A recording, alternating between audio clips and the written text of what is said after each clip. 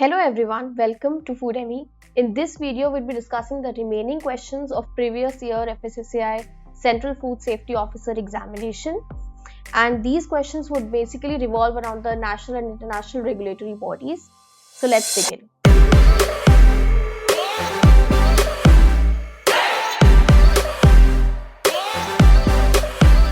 The first question, it says, Agricultural and Processed Food Products Export Authority was established by the Government of India in A. December 1985, B. December 1980, C. February 1986 or D. January 1980. Now, when you are appearing for the FSSAI examination, it's very important to have certain things on your tips, such as the date of establishment of the different bodies, their chairman, their headquarters, and which all ministries they come under. So this we suggest you to keep these things on your tips and memorize it really well. So let us see some of the establishment dates of different bodies. So FSSAI came into effect in August 2011. APEDA, it was established in 1986 February. MPEDA was established in August 1972. BIS was established in April 1987. Spices Board was established in February 1987. Tea Board was established in April 1954 and Coffee Board was established in 1942. So coming back to the question, they are asking the establishment date of APEDA. So your answer here would be C, that is February 1986. Coming on to the next question, it says the objective of the Edible Oils Packaging Regulation Order 1988 is to A. Ensure that the solvent extracted oils do not reach the consumers before they are refined. B. Ensuring easing in vegetable oil produce prices. C. Ensure to conformity to the quality standards specified in the order. Or D. Ensure the availability of sale and quality edible oils. So let us see what this order was all about. So this edible oil packaging order 1988, it was put into effect by central government on 17th September 1988. And this came under the Essential Commodities Act 1955. And what was its role? Its role was to ensure availability of safe and quality edible oils in packed form at predetermined prices to the public. So this tells us that the answer is D, that is ensure the availability of sale and quality edible oils. And let us see some of the other salient features of this order, which was the regulation also mandated packers to register themselves with the registering authority. So only those packers which were registered with the order had the were able to sell the packaged oils, and only those oils were allowed to be packed which conformed with the set standards, again to improve the to improve the quality of oils to the consumers. Then this order also provided proper packaging and labeling requirements, and they also gave requirements for proper sanitation, cleanliness and factory of the oil packers. Coming on to the next question, it says the full form of IUU is A. Illegal, unreal and unregulated, B. Imported, unreported and unregulated, C. Illegal, unreported and unregulated, or D. Illegal, unreported and unregistered. So let us first see from where this IUU comes from. So MPEDA, that is the Marine Products Export Development Authority, it issues a certificate which is known as your catch certificate. So this particular certificate is issued to all the food business operators, which ensures that seafoods exported are free from illegal, unreported and unregulated fishing.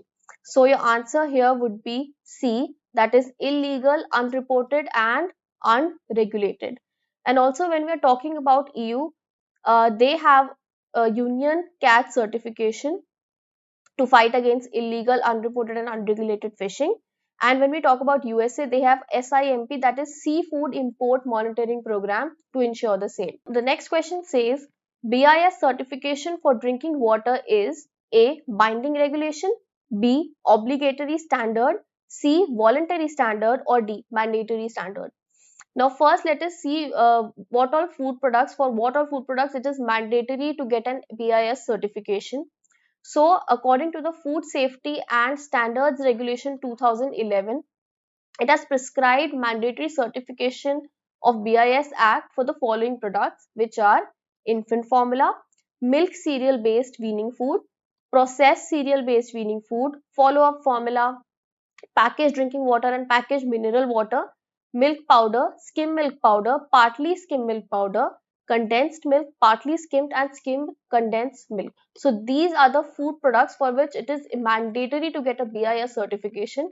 So yes, BIS certification, it lays down a set of standards for a variety of food products, but these set of food products, it is mandatory for them to get a BIS certification.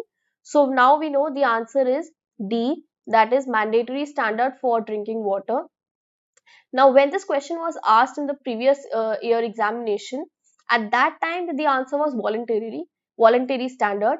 But FSSAI has recently made it, compulsory to get a BIS standards for the manufacturers of packaged drinking water and packaged mineral water, and that came into effect only in April 2021. So now, if this question is asked, your correct answer would be mandatory standard. Coming on to the next question, it says BIS is the national standard body supported by A. Ministry of Home Affairs, B. Ministry of Health and Quality of Life, C. Ministry of External Affairs, or D. Ministry of Consumer Affairs, Food and Public Distribution. Now again, this should be on your fingertips, like what regulatory bodies comes under which ministry. So let us discuss some of the bodies. Now FSSAI, it comes under Ministry of Health and Family Welfare. Please remember, APEDA, MPEDA and EIC, that is Export Inspection Council, they all the three comes under Ministry of Commerce and Industry. Talking about BIS, it comes under Ministry of Consumer Affairs, Food and Public Distribution. Spices Board, Tea Board and Coffee Board, again they all come under Ministry of Commerce and Industry. So here in the question they are asking for BIS. So the answer is D, Ministry of Consumer Affairs, Food and Public Distribution. Coming on to the next question, it says a society that organizes grassroots level program among fishermen, fisherwomen, processing workers and other stakeholders, thereby changing the mindset towards the fish quality management and responsible fishing is A. NETFISH, B. APEDA, C. COOD, MPEDA. Now, when we are talking about MPEDA, so basically the role of MPEDA is to increase the export potential of seafood industries in India, right? So MPEDA has three societies under it. First is RGCA, which is Rajiv Gandhi Center for Aquaculture. So basically this society is the R&D arm of MPEDA. So all the research and development works for new sustainable technologies take place in RGCA. Next, the second society is NETFISH. The NETFISH is a network for fish quality management and sustainable farming. So when we are talking about network of fish quality management and sustainable farming, so the basic role of NETFISH is to empower the fisheries sector by imparting knowledge on fish quality management, conservation of fish resources, etc. And how does it do that? By organizing grassroots level capacity building programs through all the stakeholders, be it fishermen, fisherwomen, processing workers, etc. And then changing their mindset towards fish quality management and responsible fishing. Third society is NACSA, which is National Center for Sustainable Aquaculture. Now, when we are talking about the Indian shrimp farmers, basically 90% of them are small and marginal farmers. So, what NACSA basically works for the upliftment of the small and marginal farmers of the Indian shrimp farm sector. It follows a cluster approach. So by following a cluster approach, it forms small groups of farmers, of small and marginal farmers. So it groups them in different societies and then does their skill development or training activities by teaching them the latest technologies for fish farming. So basically it is the prime mover of the extension activities among aquaculture farmers. So coming back to the question, it is asking the society that organizes grassroots level program among fishermen, fisherwomen, processing workers and other stakeholders, thereby changing the mindset towards fish quality management and responsible fishing is, and now we know the answer, which is net fish. Now, coming on to the next question, it is asking an important catalyst in the conception of Codex Alimentarius Commission is A. International Dairy Federation, B. United Nations Economic Commission for Europe, C. World Health Organization, or D. Food and Agricultural Organization. So this question is a very direct one, but let us discuss all the options one by one. First is International Dairy Federation. Now, this was founded in 1903 and its main role is to develop international standards for milk and milk products. And it was later declared to be an important catalyst in the conception of CAC, that is Codex Alimentarius Commission. Next is United Nations Economic Commission for Europe. So basically, this body came into effect in 1947, and what its role is to setting up standards to facilitate international cooperation within and outside the region. WHO, as you all know, was founded in 7th April 1948, and this date is remembered and every year celebrated as the World Health Day. So basically, WHO is an you can say a special agency of UN, and its major role is to for it works towards the international health of the population. Next is FAO, which was established in 1945 in Quebec, Canada, and it is also a specialized United Nations agency. And basically, its efforts is to defeat hunger and increase food security nationwide. So, coming back to the question, and it is asked an important catalyst in the conception of CAC is, and we know the answer is International Dairy Federation. That is A. Now, coming on to next question.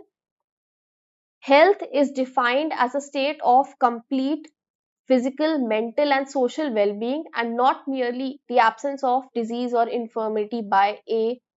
WHO, B. UNESCO, C. FSSAI, D. FAO. Now, this question is also a very direct one. We all know that this definition of health, that is a state of complete physical, mental, social well being, and not merely absence of any disease or infirmity, is given by WHO. So, this is a very direct question, and the answer to it is A. WHO.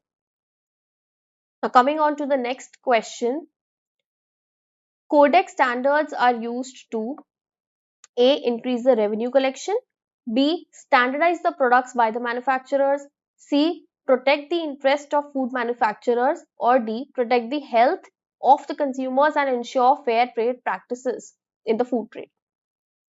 Now, Codex standards are usual. Why they came into effect? Now, each country they have their own set of standards internally, but there was a need to harmonize standard internationally to get a set of standards which can be used as a reference point for food safety in case of any food trade between different countries. So in that case, Codex Alimentarius came into effect. So basically, Codex Alimentarius is a collection of international standards, guidelines, and codes of practice, and the main role why they were laid down to protect the health of the consumers and ensure fair trade practices in the food trade. So here your correct answer is D, that is protect the health of the consumers and ensure fair trade practices in the food trade. Now coming on to the next question, the licensing authority for the manufacture of mineral water and packaged drinking water in India is A. PFA, B. FPO, C. BIS, D. EGMARK. Now we already discussed this in the previous question that BIS was mandatory for mineral water and packaged drinking water. So we already know your answer here is A. But let us just discuss all the options one by one. Uh, PFA. What is PFA? PFA is nothing but your Prevention of Food Adulteration Act 1954. And this act was passed basically to protect the consumers, to protect the health risk of consumers from adulteration and contamination of food. Now again, after the FSSAI came into effect, this was repealed and all these standards were come under FSSAI. Next is FPO, that is the Fruit Products Order, and basically it gives the certification marks for all the processed food products sold in India, such as your syrups, pickles, dehydrated food products, etc. Next is BIS, which we all know, National Standards Body, Bureau of Indian Standards, and this gives certification for all the packaged drinking and mineral water, milk cereal based weaning food, infant food, etc., which we already discussed. Then comes egg mark. So egg mark basically is the certification mark for all the agricultural produce or agri products, such as your fats, ghee and oil. Next question, maximum residue limits for individual pesticides in or on specific commodities is proposed by A. GEMRA, B. MRA, C. JEGFA, D. JMPR. So let us discuss all the options first. So the full form for GEMRA is Joint FAO-WHO Expert Committee on Microbial Risk Assessment.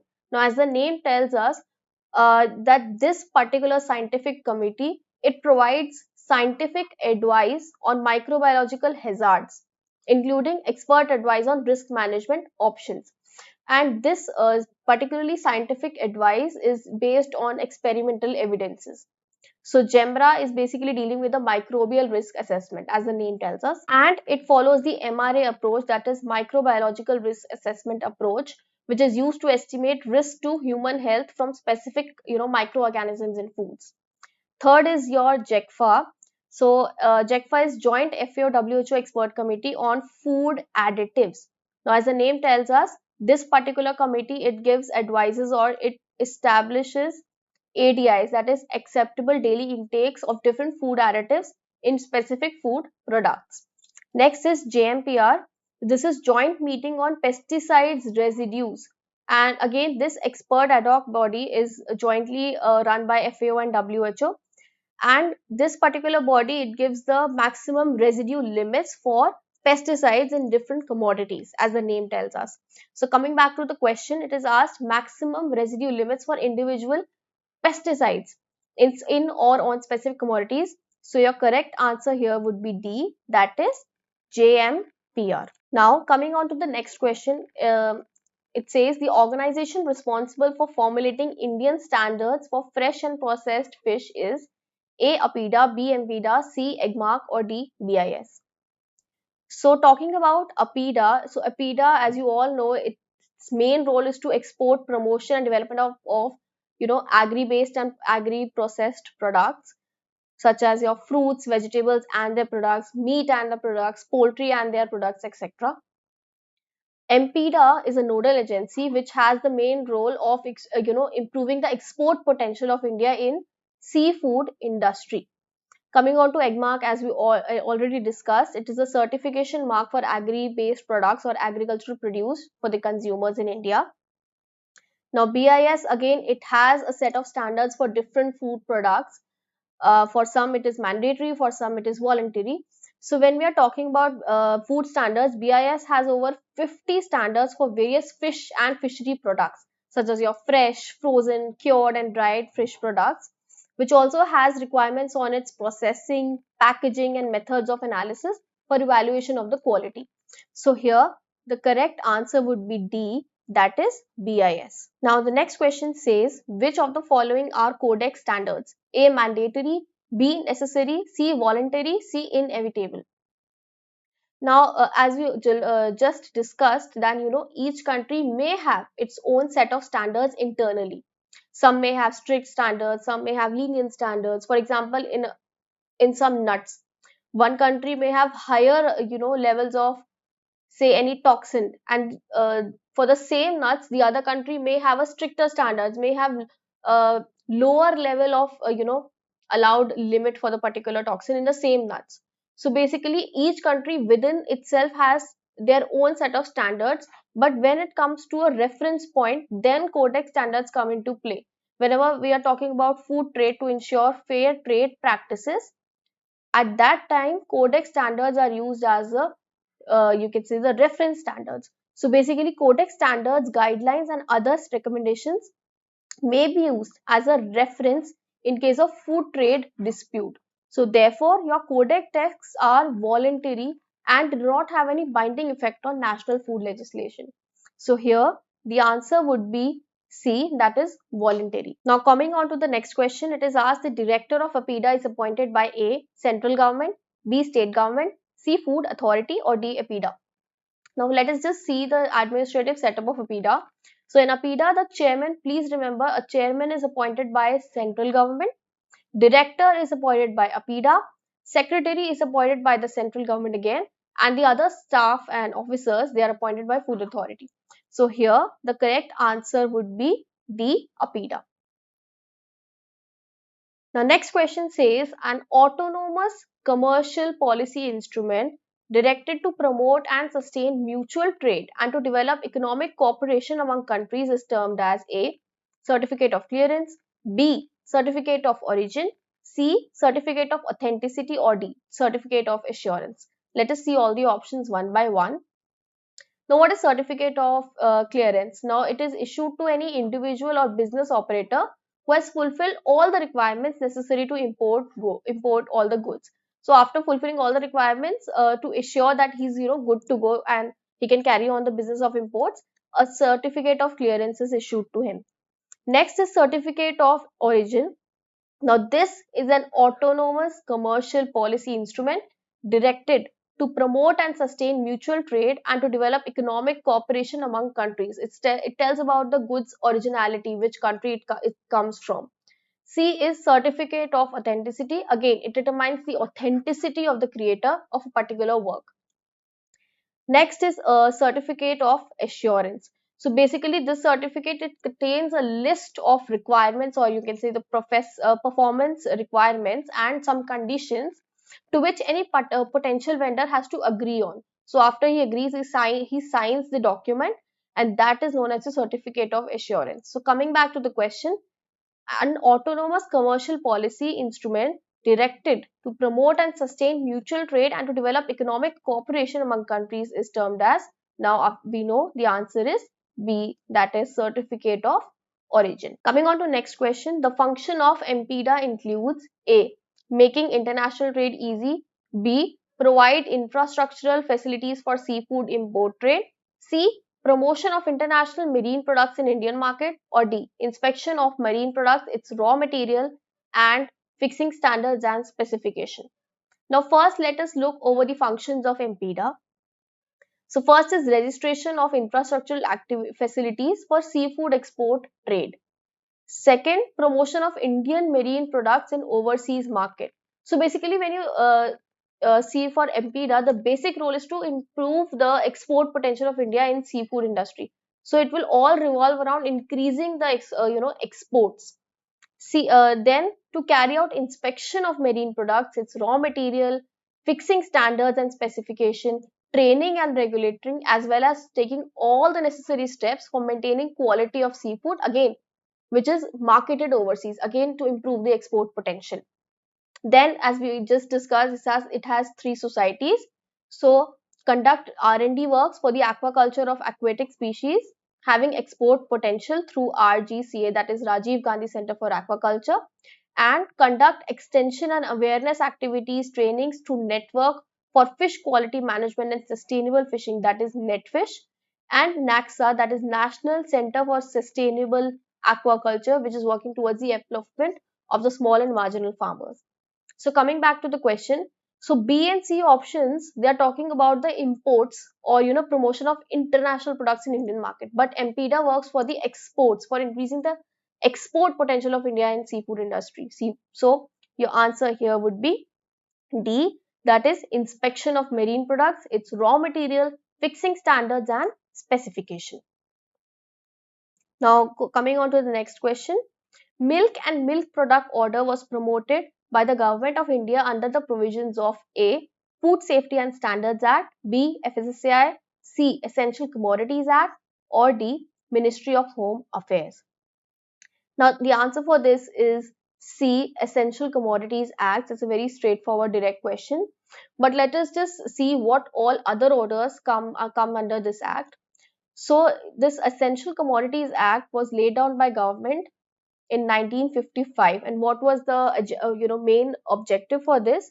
It was to interest of general public for control of production, supply, distribution, trade and commerce of certain commodities, certain essential commodities, you can say.